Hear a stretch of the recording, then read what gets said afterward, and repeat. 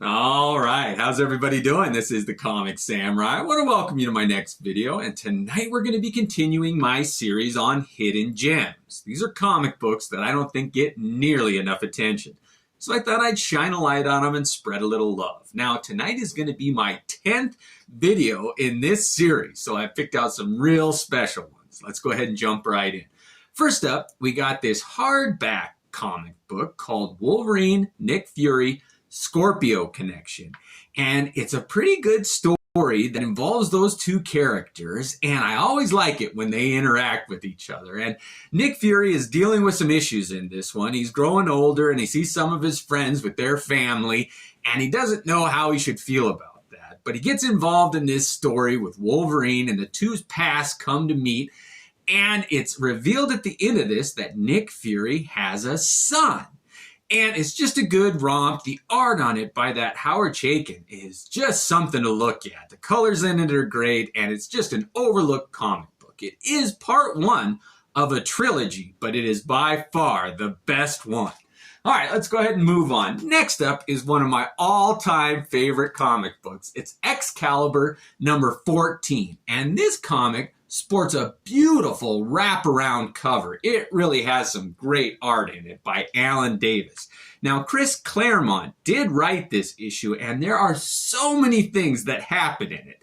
It's a part of the story of a cross-time caper that ran through Excalibur. And they go and they visit alternate Earths that have similar qualities and characters to our Earth. But it's great when you find a difference or a twist on one of the characters. And an example of that is Captain Britain at one point fights the Hulk in this. And he hits him in the face and the Hulk starts crying. He has the literal mind of a baby in this one. I really like it. There's a part where they run into Hank Pym, who has experimented with his size-changing powers, and he's now miles tall. He reaches out into the atmosphere, and it really is something to see. The way that they captured the scale on him. Nobody can draw like Alan Davis when there's twisted heroes and just different takes on things, and Chris Claremont is a little catty in this. He writes himself into this comic book, and at the end, you've got to see how this one ends. Galactus makes an appearance, the Galactus, and it's revealed who's behind this alternate Earth. And spoiler alert, it's Mr. Impossible. And I don't know why that character isn't used more. You know, Alan Moore thought that same thing about Mr. Mxyzptlk from the DC universe. And that character and the Impossible Man are very similar in their powers. It's almost unlimited.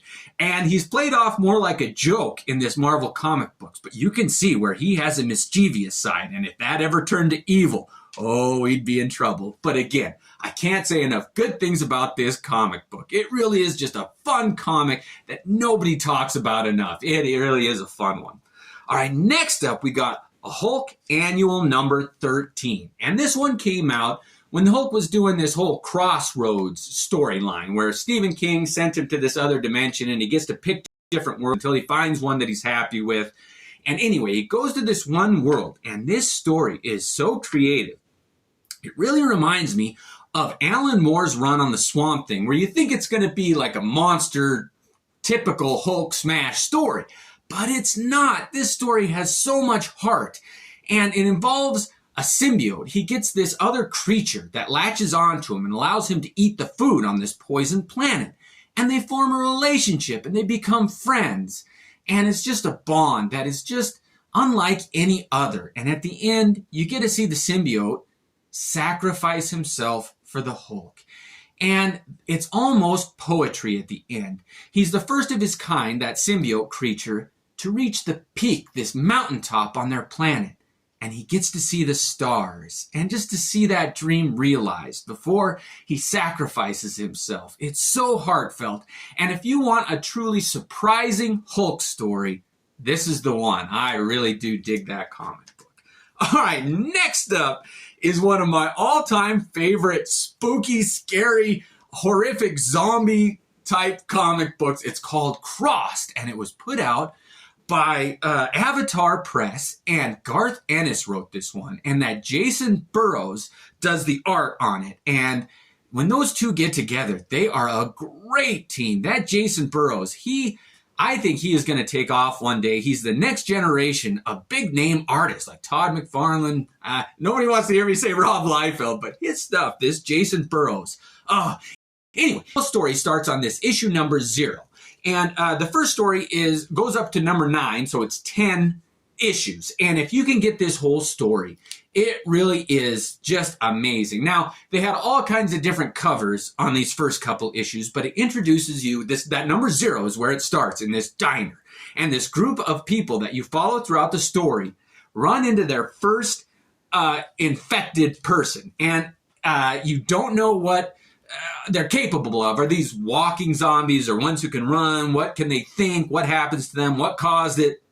They explore a lot of that in this first issue. They don't really answer any questions, but it just opens up the possibility to this world and how the zombies work. And it is just such a dark, scary, twisted, those crossed are evil.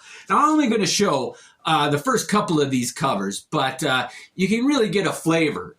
This series is not for kids, for sure. It is rated R, and there is some hard violence and language, but there's a family story unit at the core of it. It's about friends and family and how you can only survive in this world by staying together, and you get to see most of the main characters that you really get to like die and how they're killed. And some of these twisted it's like Frankenstein meets Mad Max meets just a twisted version. I can't say enough good things about that cross. They should make that into a movie. All right, moving on. We've got a comic called The Fables, The Last Castle, and it's a one-shot. And if you never got into that Fables storyline, you don't really need to know what's going on to just enjoy this comic book. It centers around a character called Boy Blue, and you get to hear his story about this last castle. There was an evil villain who's taking over the universes and the worlds and the lands of the Fables. All the characters that you grew up with. The Big Bad Wolf, Little Red Riding, Snow White, the three bears, Goldilocks, all of those fairy tales are personified in this comic story. And this one happens to be about the last Fables world and their last castle that they had to defend. And you get to know Boy Blue's allies. And there's one in particular, Bearskin, his captain, the man that he reports to, and just the heroism that he portrays. And some of these mythical characters, there's these Crow brothers who can fly and they have to defeat dragons. And you get to see these just fabulistic, huge hero characters fall to the adversary, the bad guy in this comic. And it is just heart-wrenching when they meet their end. And there's so many times where you think the heroes might pull through, but that adversary just has the numbers and they get overran. And it's such a heartwarming story that it's a little melancholy, but it is worth a read. The valor, the heroism, the way it's drawn, the way the story's told, I can't say enough good things about that last castle. All right, moving on is a 2-part stories, and it started in this Detective Comics number 569. And this has art by Alan Davis. I know this number 10 is going to be Alan Davis heavy and Garth Ennis. Garth Ennis didn't write this one, but there's another series I can't wait to get to. But this Detective Comics features one of the best Joker stories I've ever read. I love it when you get to see Jason Todd, the Robin, interact with the Joker when it's a little more jovial. When you get to that Death in the Family series, it was so dark when Robin is killed. But in this one, you get to see Jason Todd being just a kid playing with these villains. And man, is there some good fights. And it involves Catwoman. And this story kind of explores Catwoman and Batman's romance. And you get to see how the Joker kind of brainwashes her and kind of changes her mind. She's no longer that interested in Batman after this. But that cover right there, I think this is one of the most underrated Joker covers in all of Batman comics. It is just such a great run. These 2 issues, it's funny, it's interesting, it's horrific, and it really is underappreciated. All right. Now, speaking of underappreciated, is this series called Force Works. Now, this one has a beautiful wraparound cover that I'll get back to in just a second. But at the end of the West Coast Avengers, when they were being dismantled, Iron Man, Tony Stark, wasn't quite done with it. He wanted to give it one more shot, so he recruited a couple other heroes, a U.S. agent, Wonder Man, Scarlet Witch, Spider-Woman, and they formed this new team called Force Works. And the art in this is just amazing. I really do think that this artist is just underrated. I've never really even heard his name before, but it was Tom Tenney. Tenney was the penciler on this, and he is fantastic. But what makes this one such a hidden gem is that on the cover of this one, there's this little pamphlet here. And what you do is you unfold it. And are you ready? Here we go. Oh, it's got this 3D little fold out sculpture that you can see with art all over it. And just these different angles and depths and characters. And it is just unlike anything I've ever seen. Now, there was a Sergio Aragone's, what was that character's name? Gru comic that, no, it was the Mighty Magnor or something like that. Anyway, another comic that had a fold-out cover, but not like this. And when you're ready to be done with it, it all folds into this little pamphlet and lays flat on the cover. I just think that that is an amazing cover. I wish they'd get creative like that again. All right, moving on. We got a series that is the most horrific, scary comic book story I have ever read. And it sucked me in. It's called Caliban. And it was put out by Avatar Press, written by Garth Ennis, with art by Facundo Persio. I'm not too familiar with him, but he did draw an Alan Moore-based comic called Fashion Beast. And that art style, I didn't think fit very well with Alan Moore. I like most of his stuff, and I really wanted to like that series, but it fit this one. Oh, this Caliban. I just wanted to skim over the story to kind of refresh my memory what it was about. And I got sucked in. I could not stop reading it. There were parts where I got goosebumps. It was so creepy what this villain does to some of the heroes in this. And you get to like them. They're jovial. It reminds me a lot of the first Alien movie where you get to know the crew. And there's an alien, unlike any other I've seen in comic books in this one. And you follow the crew and how they try to fight this villain.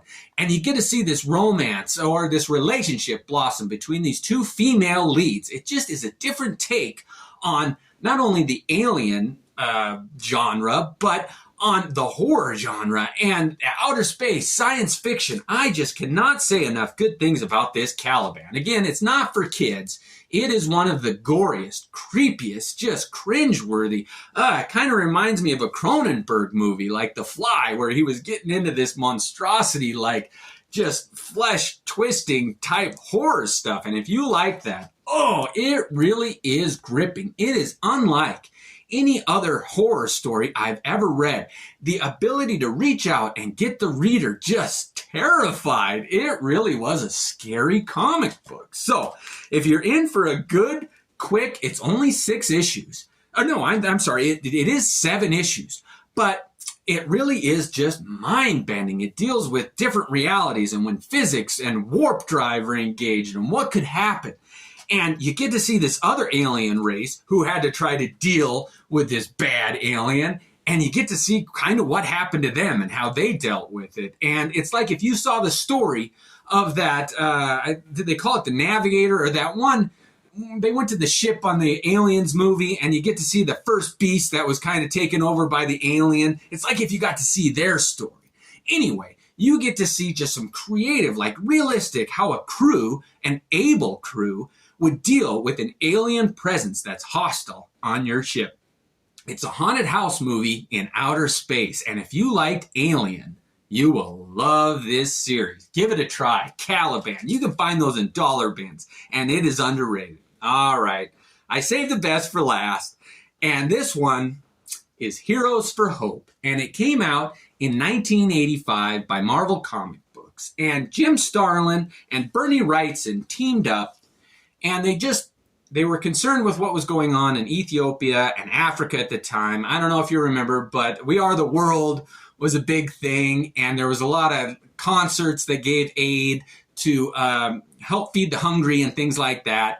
And this was comic books' attempt at a fundraiser for that, and they nailed it. Not only did they raise money for a good cause, but they put together a creepy, well-written, well-drawn comic book. Now, I got to read you some of these names that were involved. And it's a long list, but just bear with me. Jim Starlin, Bernie Wrightson, Stan Lee, John Romita Jr., John Buscema, Klaus Janson, John Byrne, Stephen King. Now, Alan Moore and Richard Corbin team up for a couple of pages in this. And you get to see Richard Corbin's version of the X-Men. I've never seen him draw superheroes before. Well, I guess he did a Cage and Banner, but to see him draw the X-Men, oh, it is entertaining. Chris Claremont, Jim Shooter, Frank Miller. Oh, some of his art in this, he was pushing the envelope again. Brian Boland, John Bolton, and Art Adams on this cover. And Jim Starlin does the back cover. There's just a good story. Every 3 pages or so, they switch creative teams, and the flavor of the story switches too, and it really worked out good.